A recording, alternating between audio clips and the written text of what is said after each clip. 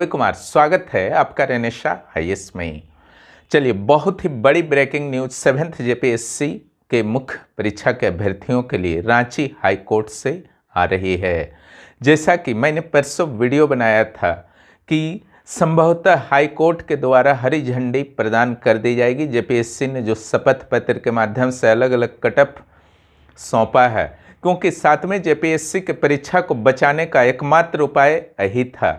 और निश्चित रूप से जेपीएससी के अधिकारीगण ने इस बार ईमानदारी पूर्वक प्रयास किया था कि इस संकट से कैसे निकला जाए।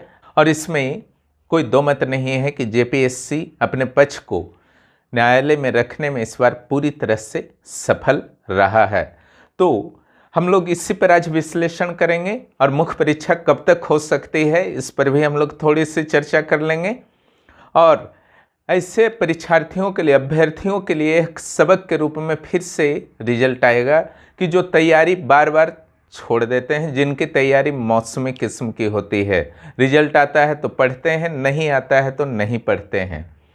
और ऐसे अभ्यर्थियों के कारण ही जो निरंतर पढ़ने वाले अभ्यर्थी होते हैं उनको लाभ होता है ना, क्योंकि वो अपने लक्ष्य पर निगाह टिकाए हुए आगे बढ़ते जाते हैं। पॉजिटिव चीज़ आज के बाद है, जैसे कि मुख्य परीक्षा जो है आपका जल्द ही होगा, है ना, उस पर चर्चा थोड़ी देर में करेंगे। दूसरा, 11वां जेपीएससी प्रारंभिक परीक्षा के लिए जो नोटिफिकेशन है वह भी इस साल आने की अब पूरी संभावना बढ़ गई है, मई जून तक, है ना।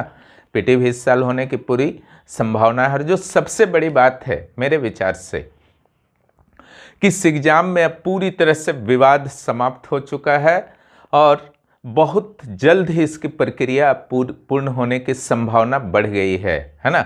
मैंने जैसा कि पहले ही कहा था, जेपीएससी ने बहुत ही बुद्धिमानी पूर्वक वर्क किया है, काम किया है इस बार।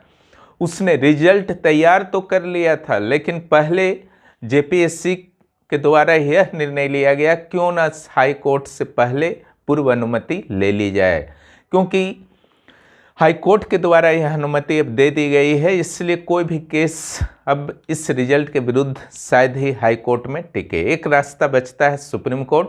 अब मेरे विचार से सुप्रीम कोर्ट इस मामले में अब हस्तक्षेप नहीं करने को जा रही है। तो चाहे 7वें जेपीएससी के मुख्य परीक्षा के अभ्यर्थी हों या जो नए आने वाले हों, अब मत वेट कीजिए, है ना। डेढ़ दो महीना आपको समय मिलेगा। जो कर सकते हैं कर जाइए। अगर इस बार आपको झारखंड में ऑफिसर बनना है तो कंपटीशन बहुत लो है ना।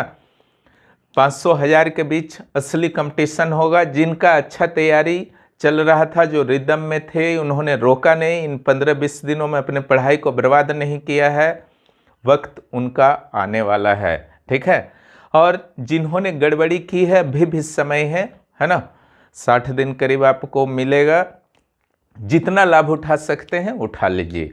जैसा कि आपको पता है, कट ऑफ जो निर्धारित किया था अपने शपथ पत्र में जेपीएससी के द्वारा, ये था सिंगल कट ऑफ 248, है ना।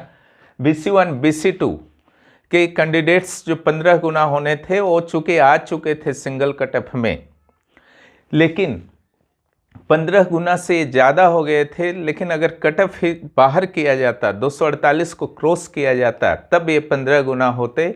उस विवाद से बचने के लिए जेपीएससी ने 248 पर फिक्स रख दिया, जिसके कारण ये 50 से 70 गुना तक इनके रिजल्ट आ गए हैं, ठीक है।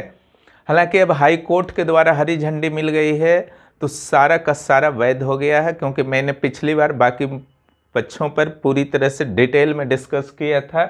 एसटी का जो आपका कट ऑफ है वह 232 हो गया, पहले 230 था।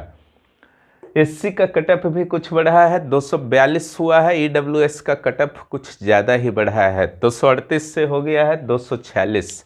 इसी का परिणाम हो सकता है, ठीक है, कि इतने कैंडिडेट एसटी से 145, एससी से 111 और ईडब्ल्यूएस से 151 कैंडिडेट्स जो हैं, हो सकता है कि संभावना है कि वे नए रिजल्ट में देखने को उनके रोल नंबर नहीं मिले, जिनके कम स्कोर रहे होंगे, है ना।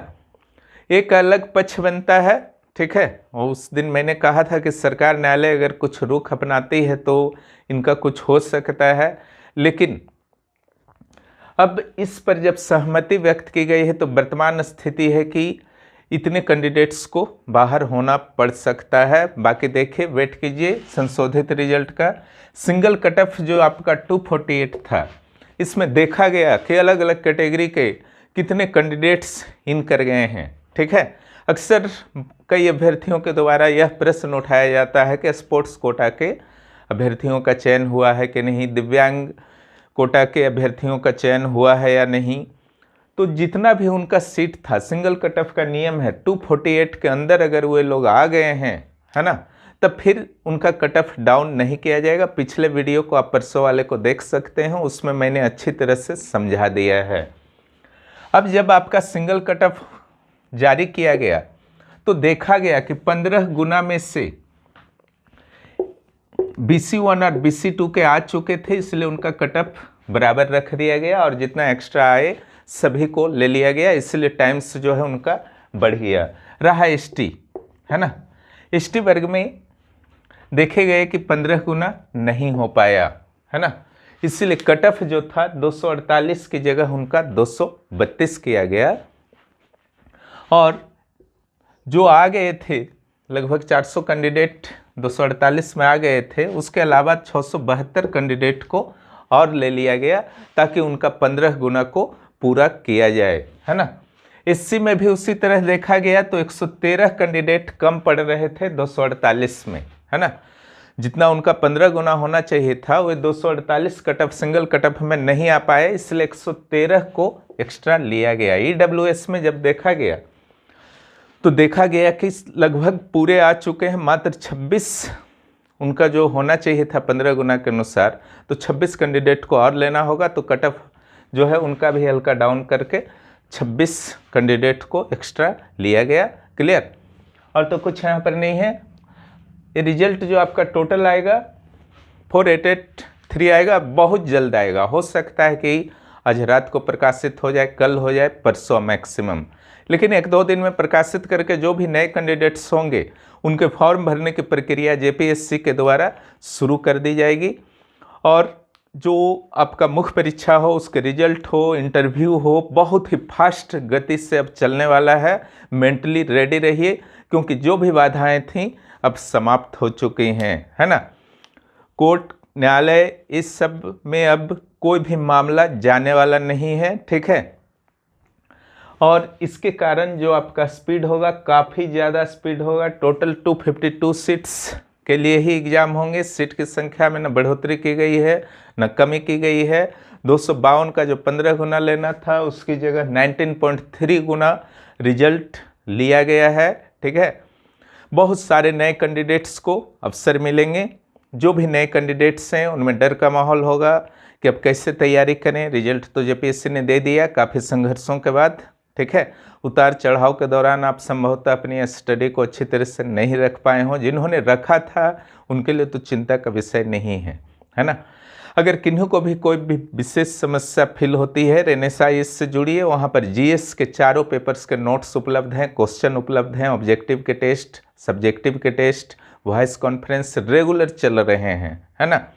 25 सितंबर से जो शुरू हुआ है वो आज तक लगातार चल रहा है। इसका लाभ जो है कैंडिडेट्स को काफ़ी अधिक हुआ है। आप भी इस महाअभियान का हिस्सा बनिए और अपने फाइनल रिजल्ट को सुनिश्चित कीजिए, ताकि इस महान अवसर को खोने का भविष्य में कोई भी पश्चाताप नहीं हो।